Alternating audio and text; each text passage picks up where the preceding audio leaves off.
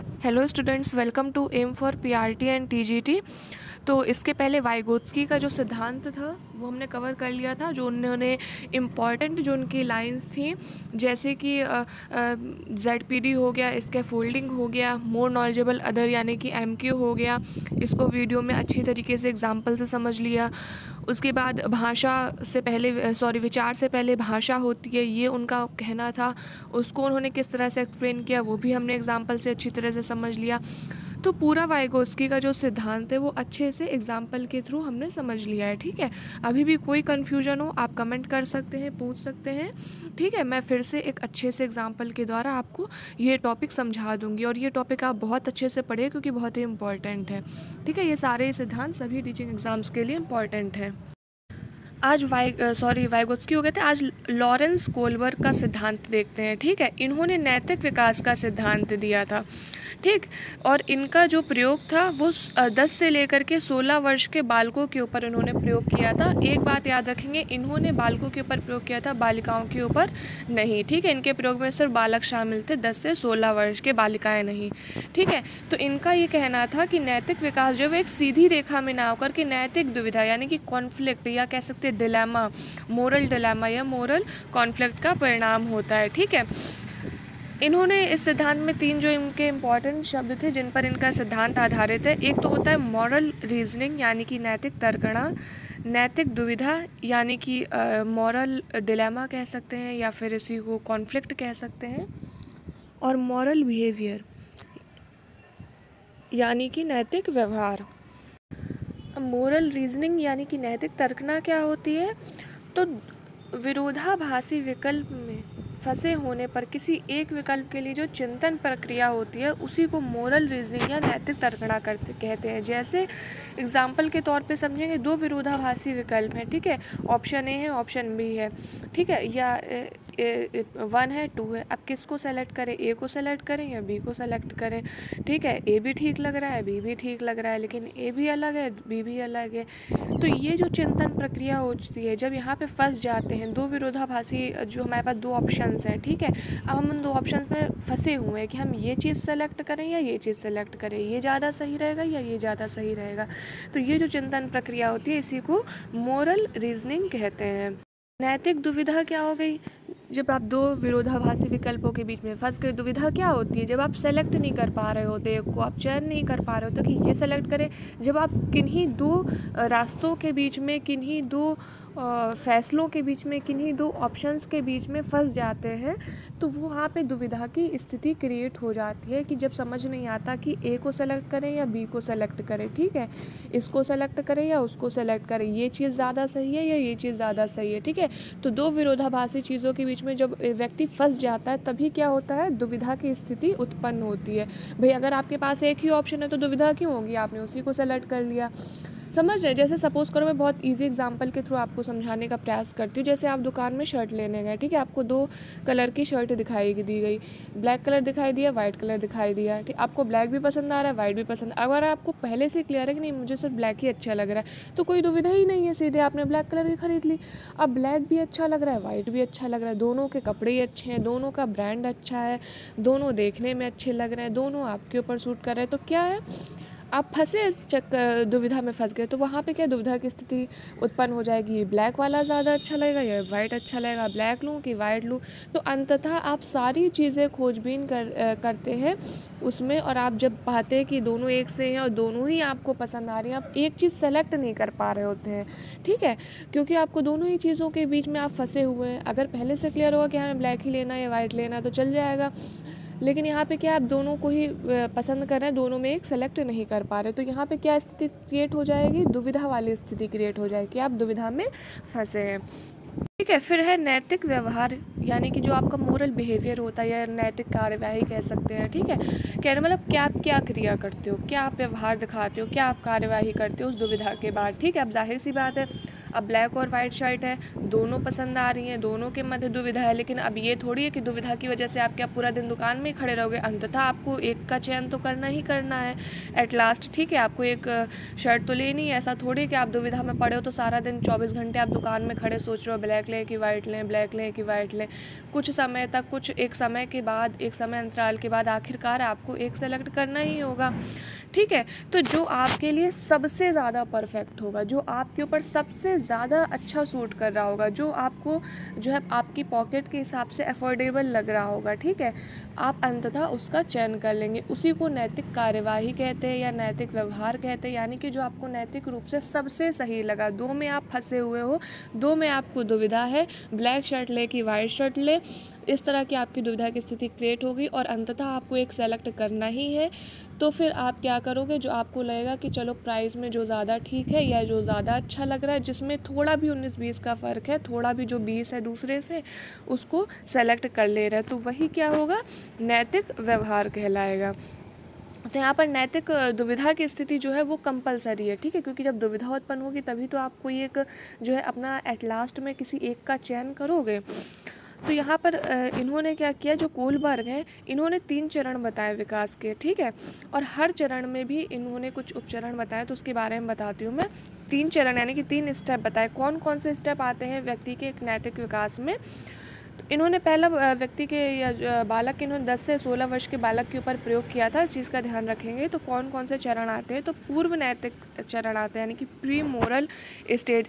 English में आप याद रखेंगे तो ज़्यादा इजी रहेगा, क्योंकि हिंदी में बहुत सारे नाम होते हैं, जैसे कि पूर्व नैतिक भी लिख करके आ सकता है, पूर्व परंपरावादी भी लिख करके आ सकता है, तो बहुत सारे नाम होते हैं, ठीक है। किसी बुक में कुछ नाम दिया रहता है, किसी बुक में कुछ, पता चले आप कोई और नाम पढ़ के गए, फिर वहाँ पे कुछ और आ गया तो आप कंफ्यूज हो गए, तो इसलिए इंग्लिश में भी पढ़ लें। इंग्लिश में इसको कहते हैं प्री मोरल स्टेज, पूर्व नैतिक अवस्था या पूर्व नैतिक चरण, जो भी आप कहना चाहें, ठीक है।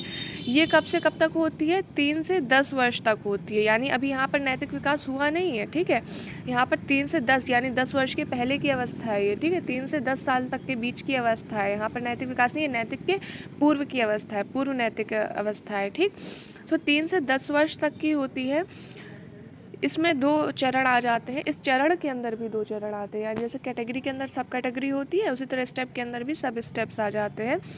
पहला चरण होता है, या पहला उपचरण कह सकते हैं, पहली सब कैटेगरी कह सकते हैं, जो भी आप कहना चाहें, अहम केंद्रिता का, ठीक है। अहम का मतलब क्या होता है, स्वार्थ, अहंकार कह सकते हैं बेसिकली, ठीक। अहम मतलब खुद में केंद्रित होना, ठीक है, दुनिया से कोई मतलब नहीं है, दुनिया को अच्छा लग रहा है, बुरा लग रहा है, अपना हित देखना, कहते हैं ना, बहुत अहम है तुम्हारे अंदर, मतलब कि तुम खुद के लिए स्वार्थी हो, खुद का तुम्हारे अंदर बहुत अहम है, ठीक है।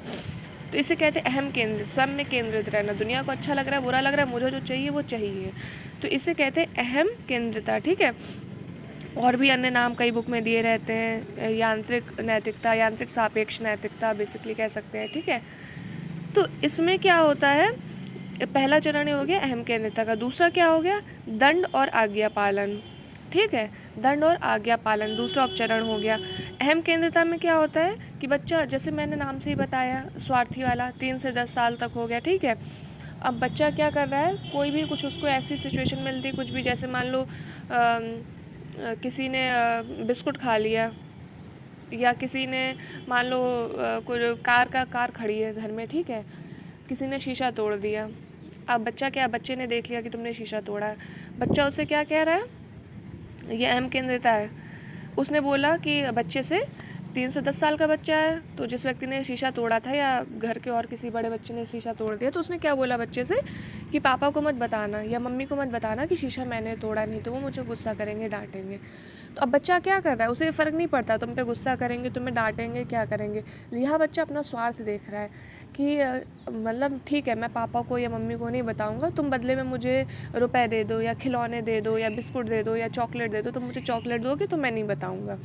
तो बच्चों को इस बात से कोई फ़र्क नहीं पड़ता कि तुम्हें डांट पड़ेगा, तुम्हें बुरा लगेगा या पापा गुस्सा होंगे, उससे उस चीज़ से लेना देना नहीं। उसने यहाँ पे अपना मौका देखा कि मेरा काम निकलेगा, मुझे चॉकलेट मिल जाए, ठीक। तो यहाँ पे क्या हो गया, ये अहम केंद्रिता का गुण हो गया। अब दंड और आज्ञा पालन में क्या, दंड और आज्ञा पालन में क्या है कि अब पिता ने देखा कि कार का शीशा टूटा हुआ है, तो अब उसने बच्चे से पूछा कि बताओ कार का शीशा किसने तोड़ा, सही सही बताओ, नहीं तो मैं तुम्हारी पिटाई करूँगा, या तुम्हें डांट पिटाई करना खैर अच्छा वर्ड नहीं है, मैं तुम्हें दंड दूंगा। या मान लो जो है बच्चे का थोड़ा सा, बच्चे को माता पिता से थोड़ा डर है या कुछ है, तो उस पर थोड़ा दबाव डालते हैं, नियंत्रण दिखाते हैं कि सही सही बताओ, तुमने देखा है किसने तोड़ा है, सच सच बताओ। तो अब यहाँ पर दो विरोधाभासी स्थितियाँ उत्पन्न हो गई। पहली क्या स्थिति थी कि बच्चे को चॉकलेट मिल रही है, अगर वो नहीं बता रहा है तो ठीक। दूसरी क्या है, अगर वो नहीं बताएगा तो पिता मतलब डांट रहे हैं या डांटेंगे, या मतलब माता पिता को बताना है। तो दो अलग अलग तरह की स्थिति हैं। अब इन दो स्थितियों के बीच क्या हो, बच्चा फंस गया। बताए कि ना बताए, बताएंगे तो चॉकलेट से हाथ धो बैठेंगे, नहीं बताएंगे तो पिता की डांट घलेगी, पिता को पता चला या जो भी। तो क्या है, दो स्थितियाँ, दो अलग अलग सिचुएशन यहाँ क्रिएट हुए। अब बच्चा किस में फंस गया, दुविधा में। इसी को कहते हैं, ये जो स्थिति यहाँ पे जो क्रिएट हुई है, ये हुई नैतिक दुविधा। यहाँ पे दो अलग अलग, दो विरोधाभासी स्थितियाँ थी। ठीक है, बता रहा है तो चॉकलेट जा रही है, नहीं बता रहा है तो इधर पिता का खौफ है। दोनों स्थितियों में वो फंसा हुआ है, बताए कि ना बताए, बताए कि ना बताए। तो ये क्या है, ये दुविधा की स्थिति है।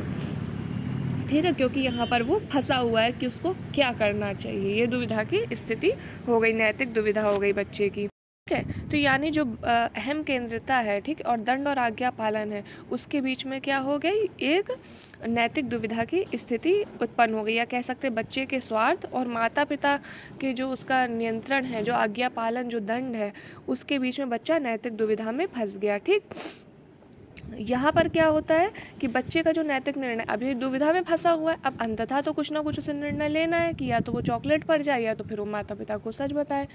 तो यहाँ क्या होता है, बच्चे का निर्णय अंततः माता पिता के उसमें होता है। ठीक है, या माता पिता के नियंत्रण से जो है प्रभावित होता है। ठीक है, माता पिता के किस प्रकार का बच्चे पर नियंत्रण है, कि बच्चा माता पिता का जो है आज्ञाकारी है, या उनके मतलब जो भी उसके अंदर कह सकते हैं नियंत्रण है।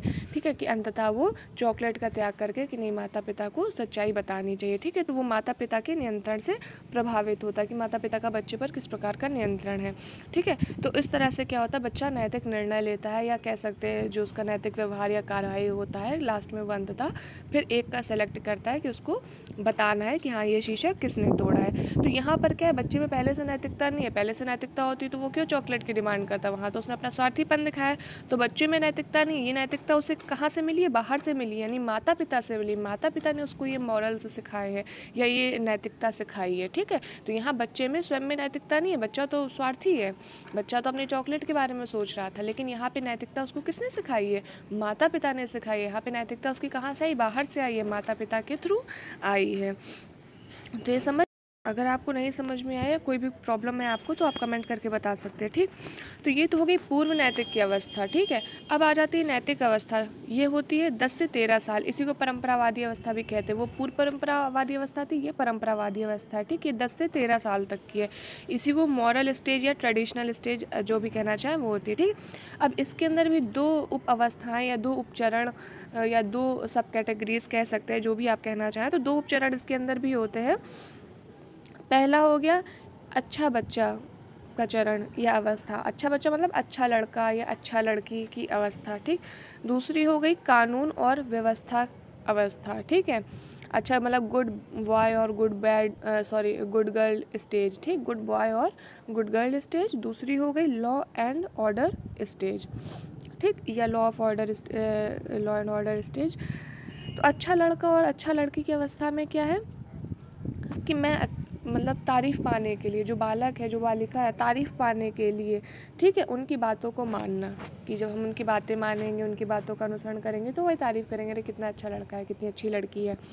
ठीक है, दूसरी क्या हो जाती है, लॉ एंड ऑर्डर स्टेज, कानून एवं व्यवस्था अवस्था हो जाती है। इसमें क्या होता है कि अपने खुद के फैसले लेना, वाहवाही के लिए नहीं करना है कि हम मतलब अगर उनकी बात मानेंगे या उनका कहे पे चलेंगे तो हमारी तारीफ़ होगी कि कितना अच्छा लड़का है, कितनी अच्छी लड़की। नहीं, जो सही है हम उसका निर्णय लेंगे, हम खुद निर्णय करेंगे कि ये सही है करना कि नहीं सही है।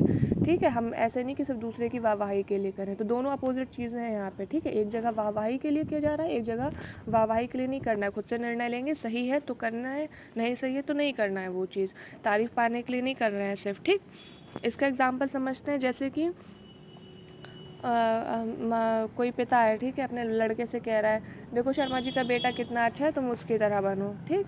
तो अगर हम शर्मा जी के बेटे की तरह बन जाएंगे तो हमारे पिता हमारी तारीफ़ करेंगे, वाहवाही करेंगे। तो ये अच्छा लड़का या अच्छी लड़की की अवस्था हो गई, पहली स्थिति।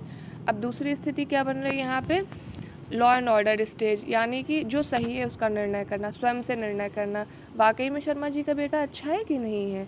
हम सिर्फ पिता की वाहवाही पाने के लिए शर्मा जी के बेटे की तरह बन जाए, पता चले शर्मा जी का बेटा सही नहीं है, या हमें शर्मा जी के बेटे की तरह नहीं बनना है, खुद की तरह, मतलब खुद की एक पहचान होनी चाहिए, खुद की आइडेंटिटी होनी चाहिए, खुद से बनना चाहिए, स्वयं निर्णय लेना, किसी की नकल नहीं करनी है, हमें किसी दूसरे बच्चे की नकल नहीं करनी है, खुद तो स्वयं से निर्णय लेना, ठीक है, सब व्यवस्था को ध्यान में रखकर, किसी और की तरह नहीं बनना है।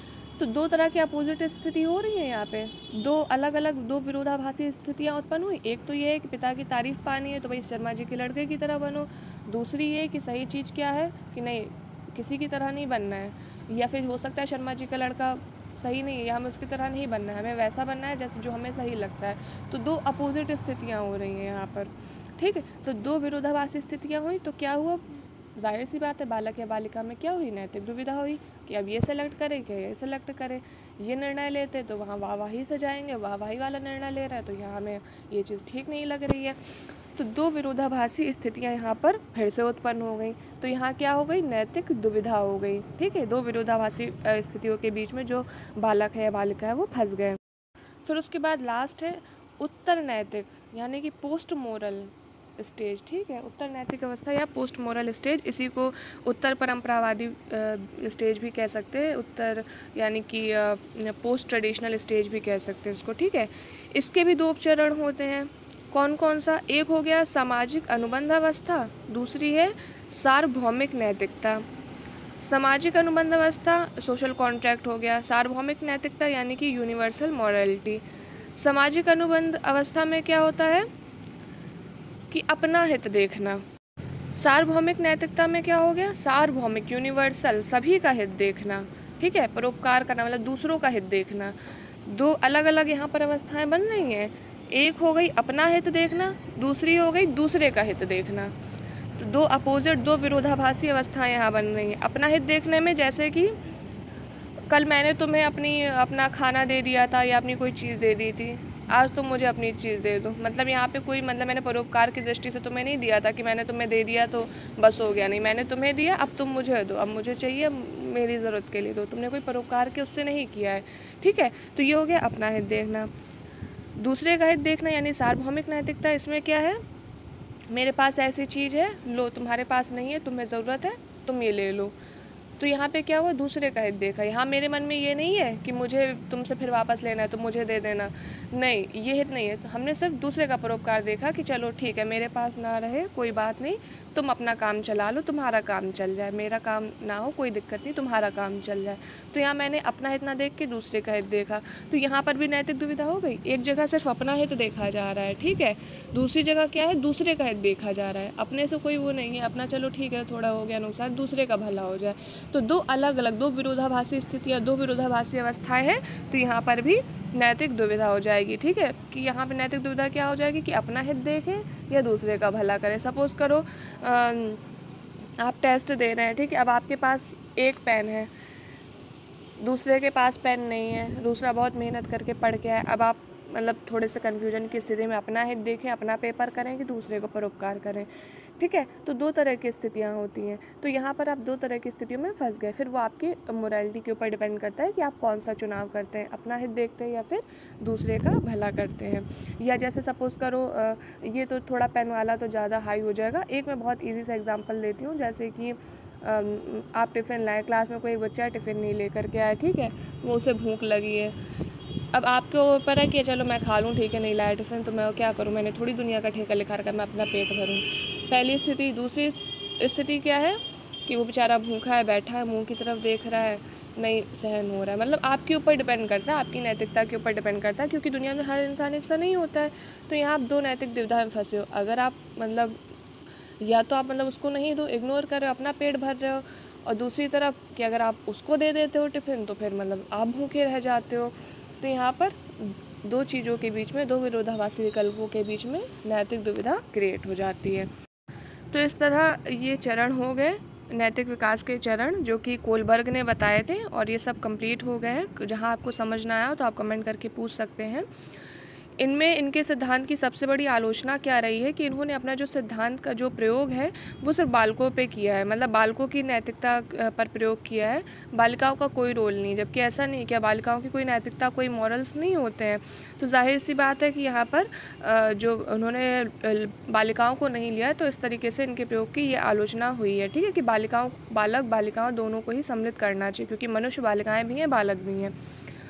सेकेंड चीज़ इन्होंने बताया कि ये सार्वभौमिक यानी कि यूनिवर्सल है, जो स्टेप्स इन्होंने बताए, ठीक है, और सभी कल्चर्स पर लागू होते हैं। जबकि ऐसा नहीं होता है। क्यों? क्योंकि यहाँ पर सबके कल्चर्स अलग होते हैं, सबके वैल्यूज़ अलग होते हैं, सबके मोरल्स अलग होते हैं सभी कल्चर्स के, तो सब पर लागू होना संभव नहीं होता। यहाँ पर भी थोड़ा सा एक आलोचना वाला जो एक अपवाद का विषय कह सकते आता है। ठीक है, तो कोलबर्ग ने अपने सिद्धांत दिए, पर उनके सिद्धांत में कुछ आलोचनाएं भी हुई हैं, क्योंकि कुछ चीज़ें इन्होंने हैं जो थोड़ा सा जैसे कि बालिकाओं को ना लेना, या ये कहना कि ये तो सभी जगह बिल्कुल लागू है, चाहे कोई भी संस्कृति हो, तो ऐसा नहीं होता है। सब कल्चर्स अलग अलग होते हैं, तो सब पर ज़रूरी नहीं कि एक चीज़ सभी पर फॉलो हो। ठीक, तो ये तरह के इनमें थोड़ा सा अपवाद है, या कह सकते हैं आलोचना, कह सकते हैं आलोचना वर्ड ज़्यादा से इसको क्रिटिसाइज़ किया गया इस बात के लिए। तो आपके दो सिद्धांत जो है कंप्लीट हो गए, वाइगोत्स्की का और कोलबर्ग का। नेक्स्ट पियाजे स्टार्ट कर देते हैं। ठीक है, पियाजे का सिद्धांत बहुत ज़्यादा इंपॉर्टेंट है, हर टीचिंग एग्जाम के लिए इंपॉर्टेंट है, चाहे यूपी टेट हो, सी टेट हो, KVS हो, सुपर टेट हो। बहुत ही ओवरऑल पूरी पेडागोजी ही इंपॉर्टेंट है, इसलिए मैंने पेडागोजी स्टार्ट करी। और नेक्स्ट वीक से आपकी जो NCERT है, कोशिश करूँगी कि मैं नेक्स्ट वीक से पहले ही इनफैक्ट, या फिर नेक्स्ट वीक से तो NCERT स्टार्ट कर ही देनी, क्योंकि NCERT भी आपके एग्ज़ाम्स के लिए बहुत इंपॉर्टेंट है, स्पेशली KVS के लिए। So all the very best, आप जिस भी एग्ज़ाम की तैयारी कर रहे हो। Thanks for watching.